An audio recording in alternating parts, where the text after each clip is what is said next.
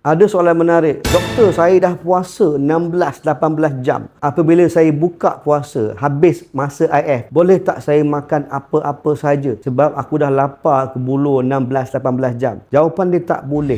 Tak elok macam tu. Sebab you akan negate the benefit that you have done for the last 16 to 18 hours. Cara paling baik untuk buka puasa lepas selesai buat intermittent fasting 16-18 jam adalah makan protein yang sihat dulu. Makan ayam, ikan, daging, telur, minum susu yang tak manis.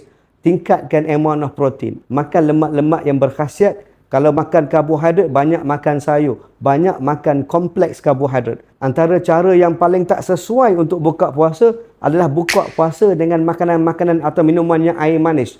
Contohnya minum kopi manis, minum air sirap manis, ataupun minum jus buah-buahan, ataupun makan nasi, kuih-kuih Melayu, kari pap yang banyak tepung gandum putih, pure karbohidrat. Sebab masa perut kau kosong, minum air manis, makan simple karbohidrat, tepung gandum putih contohnya akan mencanak naik kadar gula. Sebab tak ada benda lain dalam perut untuk halang keserapan gula dalam badan.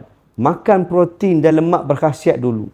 Makan kompleks karbohidrat dulu. Baru makan nasi atau buah-buahan kalau masih lapar. Dan banyak minum air kosong.